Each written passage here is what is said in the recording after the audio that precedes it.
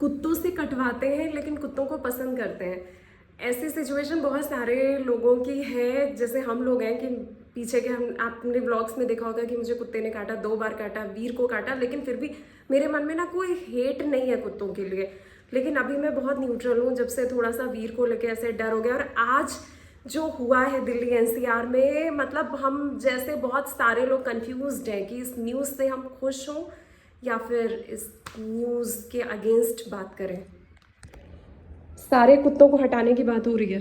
सारे stray dogs को हटाने की बात हो रही है। इन्फोर्सेबल नहीं है। अच्छा, पहली बात पॉसिबल नहीं है। दिल्ली में अकेले कम से कम 7 लाख कुत्ते हैं स्ट्रेस। खाली स्ट्रेस की बात कर रहा हूँ। नोएडा, गाजियाबाद, गुड़गांव, फरीदाबाद को मिला करके 20 लाख से ज़्यादा तो कुत्ते होंगे। 20-25 लाख से ज़्यादा। कहाँ रखोगे? हाँ तो उनको पहले तो रखने कुछ के लिए बनाइए ना। हाँ, तो उनको रखने के लिए शेल्टर बनाना पड़ेगा। वो शेल्टर रखने के लिए अगर आप मिनिमम रखोगे तो डेली का 500-600 रुपये का खर्चा तो आएगा। अच्छा, तो उस खर्चे को गवर्नमेंट देगी।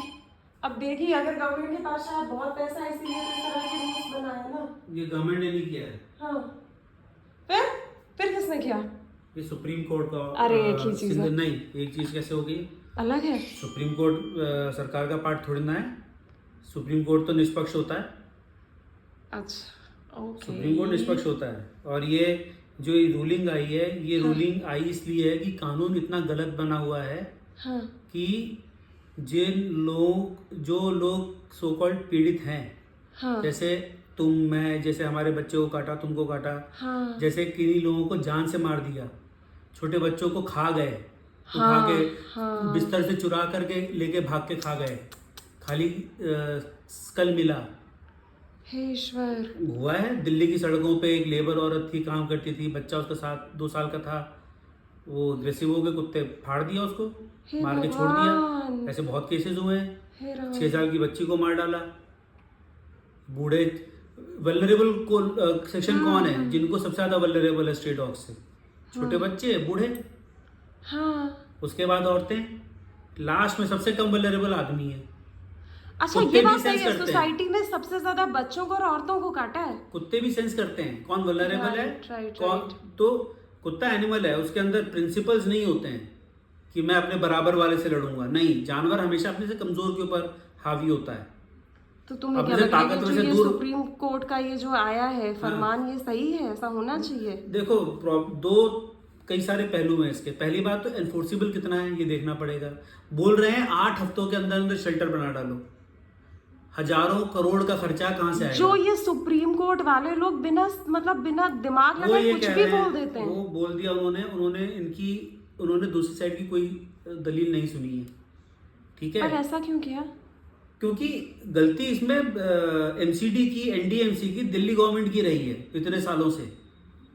अच्छा? उन्होंने जो कानून है भी, जो उन्हें करना चाहिए वो भी नहीं कर रहे ढंग से।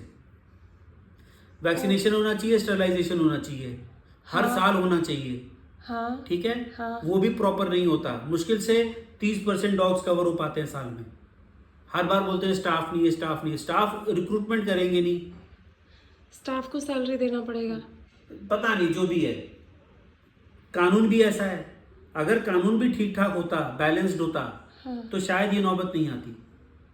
कानून में जो भारतीय न्याय संहिता है, उसके अंदर जो सेक्शन, रिलेवेंट सेक्शन है इससे डील करता हुआ, उसके अंदर ये साफ साफ लिखा हुआ है, कुत्ता अगर बाइट भी करता है किसी को, तो भी आपके पास कोई और ऑप्शन नहीं है। उसको लेके जाओ, स्टरलाइज और वैक्सीनेट कराओ और उसको वापस वहीं छोड़ो जहां पे उसने बाइट किया था, जो उसकी होम टेरिटरी है, जिसको वो अपना एरिया मानता है।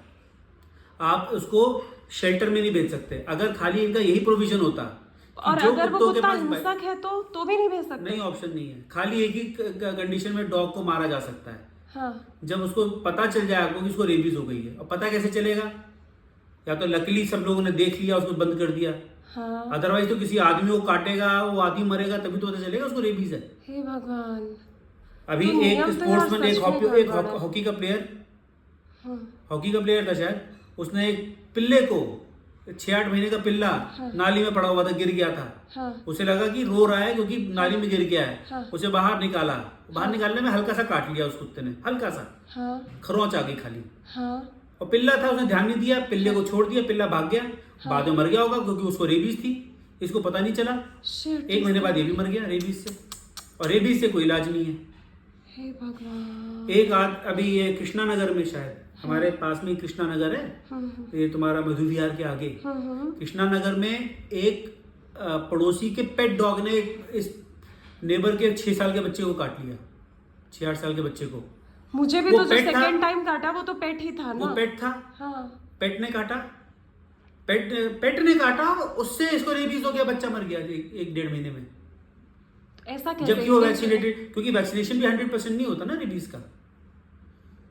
और इंडिया में अवेयरनेस तो है नहीं, हम तो शौक में कुत्ते पालते हैं ना। It's not because we love animals. हम लोग कुत्ता शो ऑफ करना चाहते हैं। हम लोग सड़क का कुत्ता क्यों नहीं उठा करके पालते घरों में? तो दिखने में अच्छा नहीं होता है, तो सच है, दिखने में अच्छा नहीं होता है ना।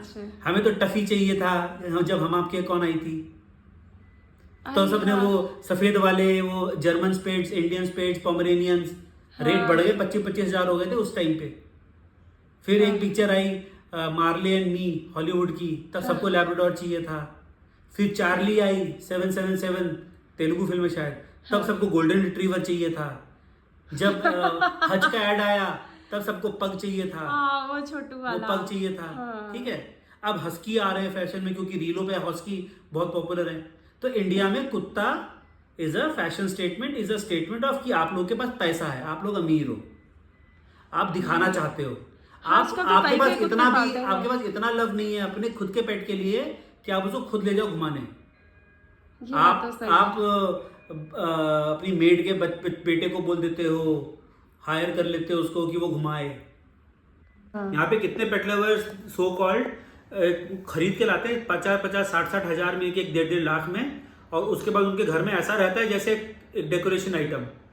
हाँ। उसकी जिंदगी सड़क के कुत्ते से गई गुजरी होती है। That is a reality. ये इंडिया में ये होता है। इंडिया में बहुत कम पेट लवर्स है जो एक्चुअली पेट्स रखते हैं। मेनका गांधी जो करती है कुत्तों के लिए, वो अच्छा करती है ना जानवरों के लिए। देखो ऐसा है, मेनका गांधी पॉलिटिशियन है तो मैं बहुत ज्यादा उसको वो नहीं करूंगा। ये कानून जब बना था तो कानून भी सिर्फ एक पहलू को देखते हुए बना था। कौन सा कानून बना था? ये cruelty against, prevention of cruelty against animals और ये सारा का सारा। हाँ, जब बना एक्ट बना है प्रॉपर। क्या इन्फोर्समेंट है इनकी? कुछ भी नहीं, कुछ भी नहीं है।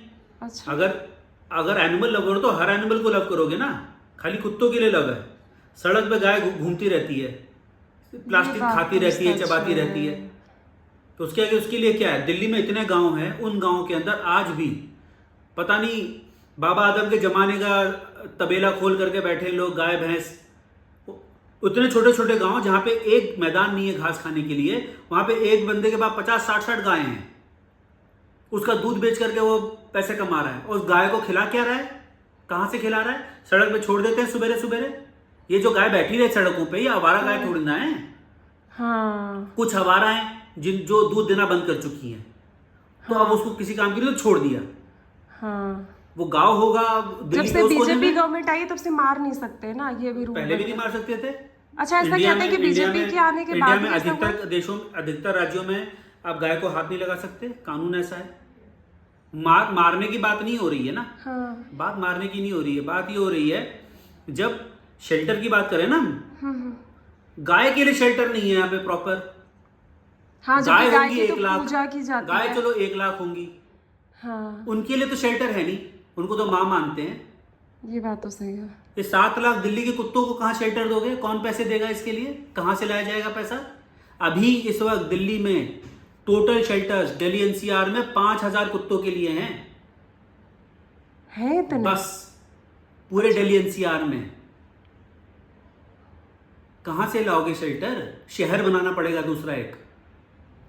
10 लाख कुत्तों की तुम सोचो, 10 लाख जीव हैं, 10 लाख जीव जंतु ये प्रैक्टिकली नहीं पॉसिबल है। ये जो 10 लाख जीव जंतु हैं, सुप्रीम कोर्ट कम से कम एक कुत्ता सड़क पे जब रहता है तो उसकी लाइफ 3 से 5 साल रहती है। वो आपस में लड़ मर के एक दूसरे को मार मूर के खत्म कर देते हैं 5 साल के अंदर अंदर। जब वो शेल्टर में रहेंगे तो लाइफ टाइम बढ़ जाएगी। हाँ। ऑन एन एवरेज 8 से 9 साल जिएगा कुत्ता, हाँ क्योंकि इस वैक्सीनेशन, उसकी जिम्मेदारी, खाना पीना सब उसको मिल रहा है। हाँ हाँ ठीक है, वो तो करना पड़ेगा ना सरकार को। हाँ। अगर सरकार शेल्टर में है तो कुत्ता हाँ तो 8-9 साल रखने के लिए वो लाइफ साइकिल बनेगी। अगर जो प्रोविजंस थे, स्टरलाइजेशन, वैक्सीनेशन, हाँ अगर ये ढंग से किए जाते, प्रॉपर स्ट्रेटजी बना करके, हाँ तो मान लो 2020 में हाँ ये शुरू होता, हाँ 2025 तक दिल्ली के कुत्तों की आबादी आधी हो चुकी होती। नए नहीं बनते ना, नए नहीं पैदा होते, हाँ हाँ, लॉजिक है, लॉजिक पैदा है। नहीं होते हाँ, नए, लॉजिक पुराने है। मरते जाते धीरे धीरे कुत्तों की पॉपुलेशन अगर 1 लाख, 1.25 लाख, 50,000 होती तो मैनेजेबल है। दिखते भी नहीं दिल्ली की भीड़ में। हाँ हाँ, बेचारों को खाना तो मिलता ना ढंग से। 40-50 हजार की भीड़ में दिखते भी नहीं तुम्हें। 40,000 कुत्ते कहाँ हैं? सही बात अग्रेसिव है। भी नहीं होते ज्यादातर। प्रॉब्लम दोनों तरफ है। अब ये ऑर्डर एनफोर्सेबल नहीं है, अभी खुश हो रहे हैं, सब लोग मना रहे हैं।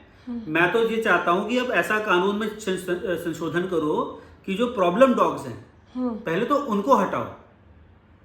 जो प्रॉब्लम डॉग्स हैं, जो इररिस्पॉन्सिबल पेट ओनर्स हैं, जिनकी लीश में होते हुए कुत्ता किसी और को काट लेता है, अब उन लोगों को फाइन करो। कुछ नहीं होता है सब। कितने कुत्ते रजिस्टर्ड हैं? कितनों के पास लाइसेंस है कुत्ते रखने का?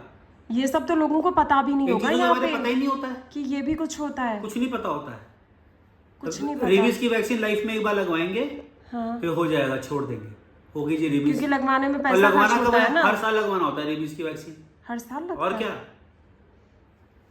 रेबीज की वैक्सीन लगनी होती है। स्टरलाइजेशन हर साल करवाना पड़ता है कुत्तों का। कोई नहीं कराता, कोई नहीं कुछ कराता, सरकार भी बताता। नहीं कराती। इतने पैसे कहाँ हैं? हर चीज तो बात पैसों पे आके टक जाती है।